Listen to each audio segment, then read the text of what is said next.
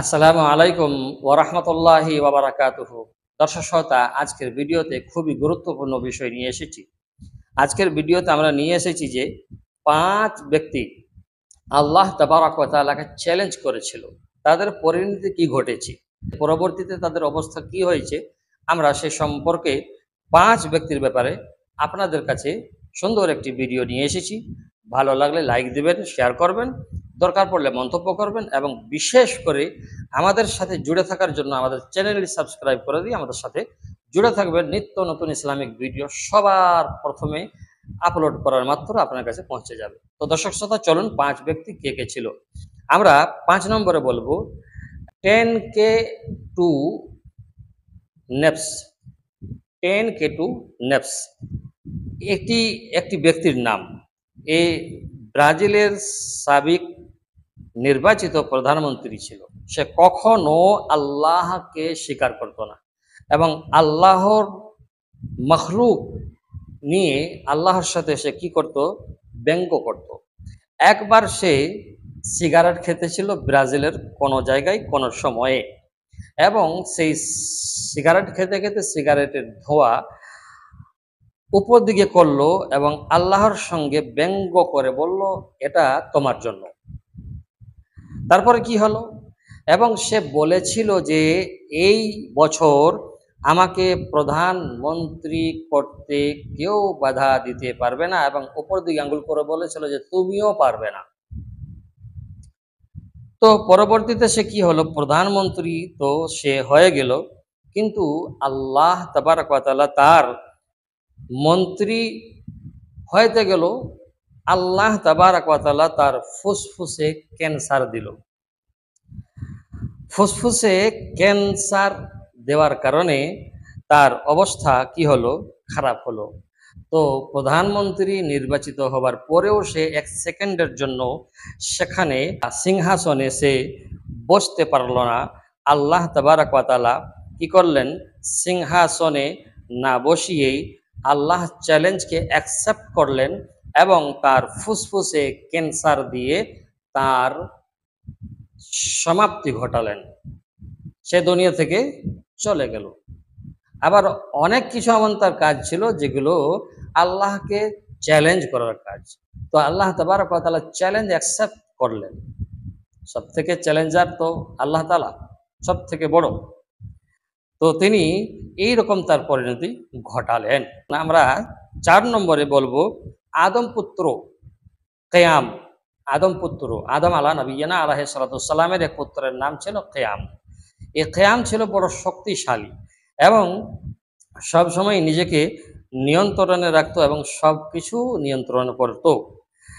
সে অহংকারী হয়ে গেল। এইরকমভাবে সে অহংকারী যখন হয়ে গেল, তো আদম আলাইহিস সালাতু ওয়াস সালাম আল্লাহর কাছে প্রার্থনা করলেন যে আল্লাহ, এর কোনো ব্যবস্থা করুন আপনি, কেননা এর যা অবস্থা আমি দেখছি, এই অবস্থা দেখে কোনো ব্যবস্থা করা একান্তভাবে অপরিহার্য। আল্লাহ তাবারক ওয়া তাআলা কি করলেন, আল্লাহ তাআলা তার ব্যবস্থা করলেন। ব্যবস্থা কি হলো, যে সে যখনই রাতের বেলা ঘুমাতে যেত, তার শরীরে তার মুখের মধ্যে একটি মশা এসে বসতো। একটি মশা এসে বসতো, আর এই মশা এসে যে বসতো তাকে পেরেশান করে দিত, তাকে ঘুমোতেই দিত না। সারাদিন সে এদিক সেদিক করে বেড়াতো, কিন্তু রাতের বেলায় যখন তার ঘুমের প্রয়োজন হতো তখন সে ঘুমাতে যেতে মাত্রই যখন শুয়ে পড়তো, একটি মশা এসে করে তাকে জ্বালাতন করত। যখন সে বুঝতে পারলো এবং আদম আলা নবিয়্যিনা আলাইহিস সালাতু ওয়াস সালাম তাকে বুঝালেন যে দেখো বেটা, তুমি তো শক্তিশালী, তোমার যে অহংকার, সেই অহংকার মাত্রা যেটা সেটা পার হয়ে গেছে, অহংকারের সীমা তুমি পার করে দিয়েছো, সেই জন্য তোমার এরকম অবস্থা। সে যখন বুঝতে পারলো তখন সে কি করেছিল, তওবা করে ফিরে এসেছিল। তো সেই জন্য দর্শক শ্রোতা, আমরা বুঝতে পারলাম যে আদম সন্তান, আদম পুত্র কেয়ামের কি অবস্থা হয়েছিল, অহংকার করার কারণে। আমরা আমরা তিন নম্বরে বলবো, যে সাদ্দাদ। সাদ্দাদ আমরা সকলে জানি একজন অত্যাচারী অহংকারী বাদশাহ ছিল। অনেক কিছু জুলুম করার পরে সে অনেক দিন থেকে বলা হয়েছে দুনিয়াতে সে একটি 300 বছর ধরে জান্নাত তৈরি করেছিল হুবহু, যেমন জান্নাত ছিল সোনা রূপা ইয়াকুত মরমরের পাথর দিয়ে সমস্ত রকমের সুদৃশ্য যে জান্নাত ছিল আল্লাহ তাআলা বানিয়েছেন, সেই সবকে তার কথা শুনে, হ্যাঁ, নবীর কাছ থেকে সেগুলো জেনে কি করলো, সে একটি জান্নাত তৈরি করলো অনেক কিছু জুলুম অত্যাচার করার পরে। তো যখন জান্নাত তৈরি করলো, জান্নাত তৈরি করা সম্পন্ন হলো, সম্পন্ন হওয়ার পরে সে ঘোড়ার পিঠে চড়ে জান্নাতে ঢোকার জন্য জান্নাতের দরজাতে, তার নিজের জান্নাতের দরজাতে এসে করেছে, দেখছে একজন অচেনা মানুষ, সে বলল, আনা মানাকুল মউত, আমি মালাকুল মউত, আমি আজরাইল আলাইহিস সালাতুস সালাম, আমি তোমার জান কবজ করতে এসেছি। তাই তখন এই সাদ্দাত সে সময় চাইলো, সময় চাইলো, সময় চাইলো, সময় চাইলো, সময় কি পাওয়া যাবে? যখন সে সময় চাইলো তখন ফেরেশতা বললেন, আর তোমাকে সময় দেওয়া হবে না। এই কথা বলার পরে মালাকুল মউত তার জান কবজ করলো এবং একটা জোরের শব্দ মারলেন।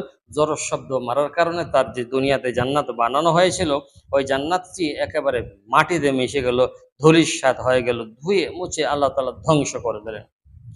তারপরে আমরা আসছি, নমরুদ ছিল আরেকজন। এই নমরুদ, এই নমরুদকে কে চিনে না?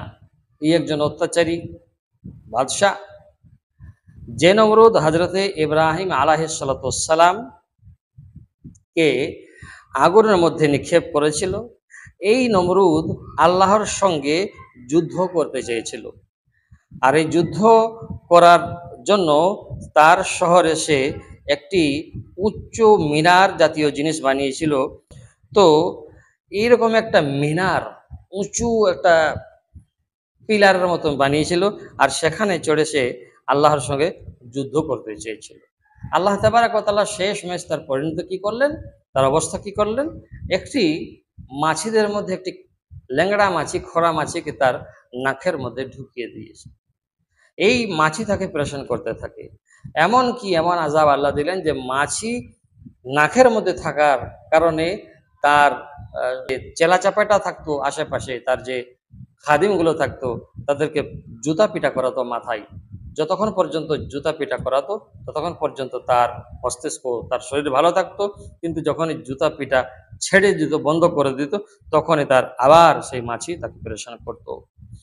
তো 40 বছর ধরে এরকম ভাবে সে অত্যাচার করেছিল। শেষমেশ ল্যাংড়া মাছি, খরা মাছিকে দিয়ে আল্লাহ তাবারক ওয়া তাআলা তার জীবন সম্পন্ন করলেন, জীবন সমাপ্তি করলেন। অত্যাচার শেষ হলো এবং সে আল্লাহ তাআলা তাকে জাহান্নামে পাঠিয়ে দিলেন। শেষমেশ আমরা বলবো বাদশাহ ফিরআউন, তাদেরকে মরিসিসও বলা হয়। আর ফিরআউন কোনো ব্যক্তির নাম না, সেই জামানায় যেই বাদশাহ হতো তারই নাম থাকতো ফিরআউন। মরিসিসও অনেক সময় বলা হয়। তো আমরা কম বেশি এই ফিরআউনের ব্যাপারে জানি। নিজেকে খোদা বলে দাবি করেছিল। তো এই নিজেকে খোদা বলে দাবি করেছিল মূসা আলাইহিস সালাতুস সালামের জামানাতে, এবং মূসা আলাইহিস সালাতুস সালাম এবং তার অনুসারীদের উপরে খুবই অত্যাচার চালিয়েছিল। এবং আল্লাহ তাবারক ওয়া তাআলা যতটুকু তাকে জীবন দিয়েছিলেন ততটুকু জীবনের মধ্যে কোনোদিন তার মাথা ব্যথাও হয় না, এরকমভাবে সে অত্যাচারী ছিল। এবং সে যখন মূসা আলাইহিস সালাতুস সালামের সৈন্যদল এবং মূসা আলাইহিস সালামের অনুসারীরা তাদেরকে এবং মূসা আলাইহিস সালাম সমেত যখন আল্লাহ তাআলা নীল দরিয়ার মাধ্যমে বাঁচিয়ে নিলেন, রাস্তা বানিয়ে, আমরা সকলে জানি, তখন যে ফিরআউন, এই ফিরআউন তার সৈন্যদলকে নিয়ে মনে করলো যে আমরা তাদেরকে আরো ধরে নেব, আরো গ্রেফতার করে নেব, তো আবার অত্যাচার করব তাদের উপরে।